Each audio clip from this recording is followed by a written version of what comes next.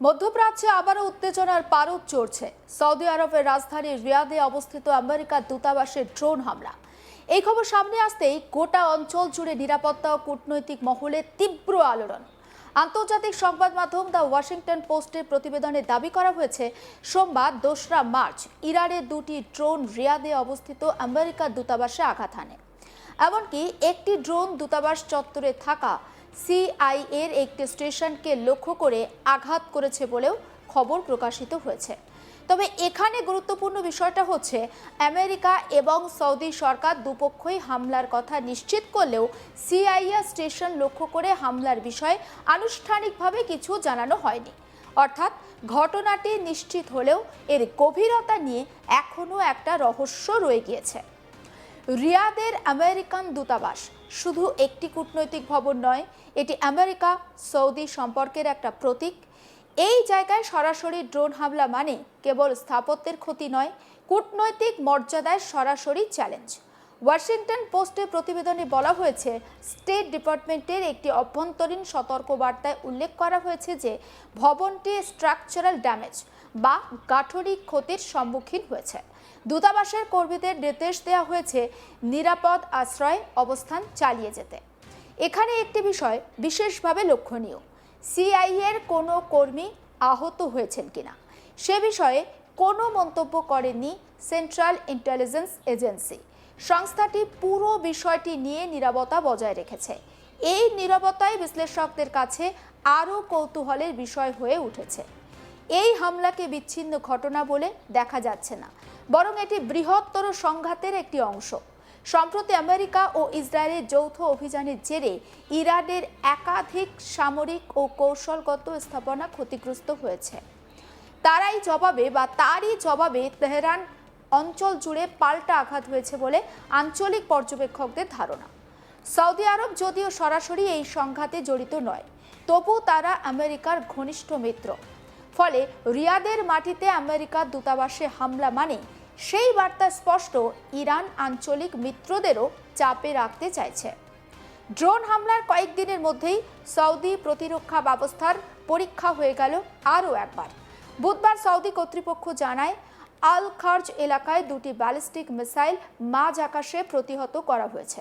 সরকারি বিবৃতিতে জানানো হয়েছে, দেশের নিরাপত্তা সার্বভৌমত্ব রক্ষায় সমস্ত প্রয়োজনীয় ব্যবস্থা নেওয়া হবে। রাষ্ট্রায়ত্ত সংবাদ সংস্থা ওয়ারাতের এই ঘোষণা প্রকাশিত হয়। আল খার্জ, যা রিয়াদের কাছে অবস্থিত, কৌশলগত দিক থেকে অত্যন্ত গুরুত্বপূর্ণ। ফলে সেখানে মিসাইল হামলা মানেই এটা একটা স্পষ্ট বার্তা, এই সংঘাত রাজধানীর প্রান্তে পৌঁছে গিয়েছে। শুধু কূটনৈতিক এলাকা নয়, সৌদি আরবের অর্থনৈতিক প্রাণকেন্দ্রেও আঘাত এসেছে। রাষ্ট্রায়ত্ত তেল সংস্থা সৌদি আরামকো জানিয়েছে, ড্রোন হামলার পর রাস ভানুরা শোধনাগার সাময়িকভাবে বন্ধ রাখা হয়েছে।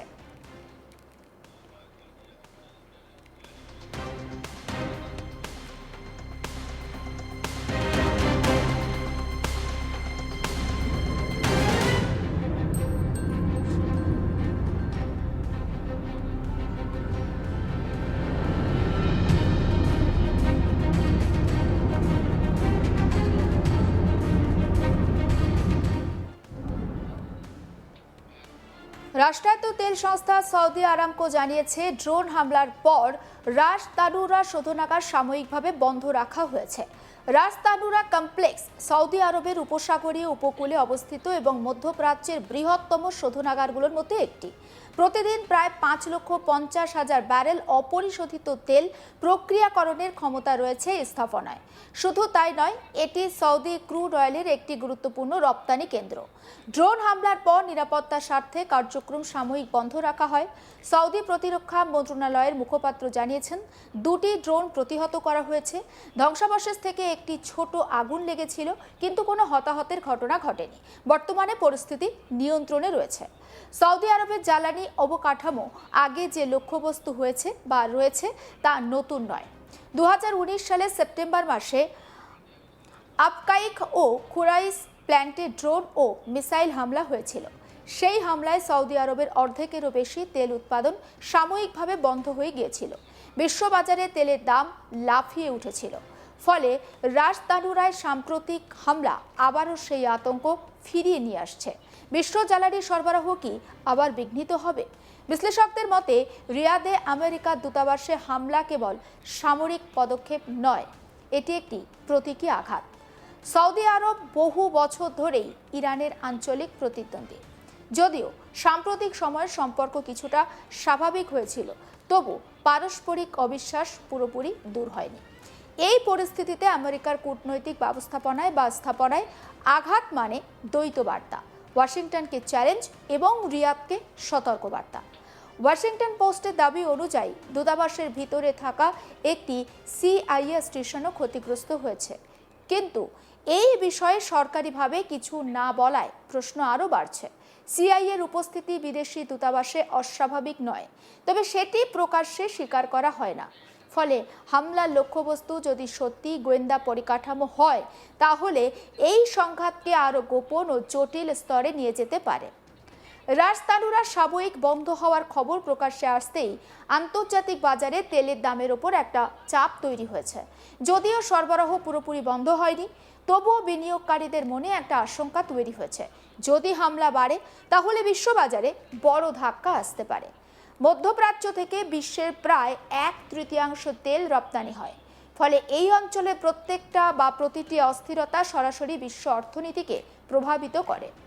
সৌদি আরব বহু বছর ধরেই তাদের আকাশ প্রতিরক্ষা ব্যবস্থা আধুনিক করছে। আমেরিকার সঙ্গে যৌথ প্রতিরক্ষা চুক্তি রয়েছে। আল খার্জে মিসাইল প্রতিরক্ষা হওয়া প্রমাণ করে প্রতিরক্ষা ব্যবস্থা সক্রিয়। তবে ড্রোন ও ক্ষেপণাস্ত্রের মিশ্র হামলা ঠেকাতে ঠিক কতটা সক্ষম এই সিস্টেম, তা নিয়ে একটা প্রশ্ন থেকে যাচ্ছে। আমেরিকা এই ঘটনাকে অগ্রহণযোগ্য আক্রমণ বলে আখ্যা দিয়েছে। যদিও সরাসরি ইরানের নাম উচ্চারণে কিছুটা সংযম দেখা গিয়েছে, তবু আভাস স্পষ্ট। সৌদি আরবও জানিয়েছে দেশের নিরাপত্তা রক্ষায় প্রয়োজনীয় সব ব্যবস্থা নেওয়া হবে, তবে তারা সংঘাতকে আরও না বাড়িয়ে কৌশলগত ভারসাম্য বজায় রাখতে চাইছে বলে মনে করছেন বিশেষজ্ঞরা। এই ঘটনার পর আন্তর্জাতিক মহলে আলোচনা শুরু হয়েছে সম্ভাব্য পরবর্তী পদক্ষেপ নিয়ে। কেউ বলছেন সীমিত পাল্টা হামলা ও কূটনৈতিক চাপ বাড়াতে পারে, কেউ আবার মনে করছেন গোপন সাইবার বা গোয়েন্দা অভিযান জোরদার হবে। আবার কেউ আশঙ্কা করছেন বড় আকারের সামরিক সংঘাত গোটা উপসাগরীয় অঞ্চলকে জড়িয়ে ফেলতে পারে। রিয়াদে আমেরিকার দূতাবাসে ড্রোন হামলা, আল খার্জে ক্ষেপণাস্ত্র প্রতিহত, রাজতানুরা শোধনাগার সাময়িক বন্ধ, এই ধারাবাহিক ঘটনায় প্রমাণ করছে মধ্যপ্রাচ্যে পরিস্থিতি অত্যন্ত স্পর্শকাতর।